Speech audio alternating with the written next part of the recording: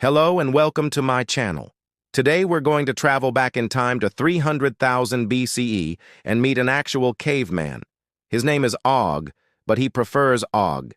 He lives in a cave with his family and spends his days hunting for food and his nights trying to stay awake so that he doesn't get eaten by saber-toothed tigers. But tonight will be different because tonight Og will have the best sleep of his life. You better believe it. But first, a word from our sponsor, BetterHelp. Life can be tough. There are ups and downs, and sometimes it can feel like you're stuck in a cave with a bunch of saber-toothed tigers ready to eat you alive. And if that's how you've been feeling lately, then maybe it's time to talk to someone about it. A therapist can help you work through your problems and come up with a plan to tackle them. It's important to find the right fit when it comes to your therapist. That's why BetterHelp makes it easy and free to switch therapists at any time. Just answer a few questions and you'll be matched with a therapist in under 48 hours. All sessions are completely confidential and can be done over video, phone, or even text. Now let's get back to it.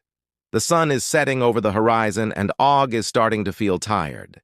It's been a long day of hunting and gathering food and his eyelids are getting heavy. He'd love nothing more than to just lie down and take a nap, but he knows that's not safe.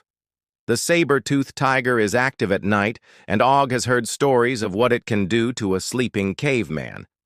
So instead, he sits around the fire with his family, keeping watch for danger. As the night goes on, Og starts to feel more and more tired. He tries to keep himself busy by telling stories and jokes, but his family is getting annoyed. Og's wife, Ema, tells him to go to sleep and says she'll keep watch for him. But Og is still worried. He knows that if he falls asleep, he might not wake up. But as the night goes on, he gets more and more tired, and eventually he just gives in and lies down next to the fire. To his surprise, no saber-toothed tiger comes to eat him, and he wakes up feeling refreshed. Og is so happy to be alive. He gives Ema a big hug and thanks her for keeping watch over him. He figures that since the saber-toothed tiger didn't attack him last night, maybe he's safe now. So he decides to start sleeping at night again. Of course, this is a huge mistake. The next night, Og is lying in his cave fast asleep when suddenly he hears a loud crash. He opens his eyes to see a giant saber-toothed tiger standing over him, growling fiercely. Og screams and tries to run away, but the saber-toothed tiger is too quick. It swats Og with its paw and knocks him out cold. The saber-toothed tiger drags Og's body outside of the cave and begins to feast on his corpse. As the other cavemen watch in horror, one of them, Og's brother, Lug, can't stand to watch any longer. He takes a spear and runs as fast as he can towards the saber-toothed tiger. He jabs the spear into the tiger's backside, and the animal lets out a roar of pain. It turns around and lunges at Lug, but he's too quick for the big cat and darts out of the way. The saber-toothed tiger is enraged and charges at Lug again, but this time it misses and trips over a rock. Before the tiger can recover, Lug jabs his spear into its heart. The saber-toothed tiger lets out a final roar before collapsing to the ground, dead. Lug drops to his knees, panting heavily. He looks at the dead tiger and then back at the cave, where he sees his brother's body lying on the ground. With a heavy heart, he walks over to Og's body and begins to drag it back into the cave. As they lay Og's body down, Ema cradles his head in her lap and cries.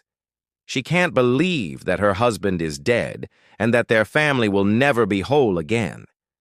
Lug comforts her as best he can, but he's also grieving the loss of his brother. He knows that if he hadn't come out of the cave when he did, the saber-toothed tiger would have killed him too. Over the next few days, the cavemen prepare for battle. They sharpen their spears and make sure their traps are secure. They know that the saber-toothed tiger that killed Og won't be the last one to try and kill them. They need to be prepared. When the sun rises, the cavemen leave their cave and head into the forest. They're looking for the saber-toothed tiger that killed Og, but they know it will be hard to find. The tiger is a master hunter and it knows how to cover its tracks. The cavemen walk for hours without seeing any sign of the tiger. They start to lose hope, thinking that they'll never be able to avenge Og's death. But then Lug spots something in the distance. It's a large cat, and it's a saber-toothed tiger. The cavemen hide behind some trees and watch the saber-toothed tiger.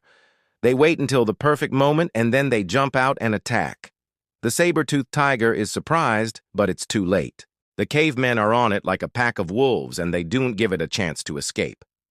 The saber-toothed tiger fights back, but it's no match for the cavemen. It's outnumbered and exhausted from running. Soon it collapses, and the cavemen drag its body back to their cave.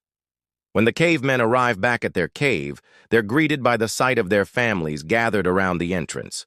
The women and children had been hiding in the caves while the men were out hunting, but they had come out to meet them when they heard the commotion. The cavemen dropped the tiger's body to the ground, and the crowd gasped in awe. They couldn't believe that the men had actually managed to kill the tiger. The women and children started to cheer and celebrate, and the men felt a sense of pride and accomplishment. They had avenged Og's death, and now they could finally start to move on. That night, the cavemen feasted on the saber-toothed tiger's meat. They told stories and jokes and sang songs. It was the first time in a long time that they had all been happy and at peace. And as Og looked around at his family and friends, he knew that he was the luckiest caveman alive. The end. Thank you for watching. I hope you enjoyed this prehistoric adventure. If you did, please hit that like button and subscribe so you never miss an episode. We've got plenty more caveman adventures to come, so get ready to travel back in time. Until next time, remember to stay curious.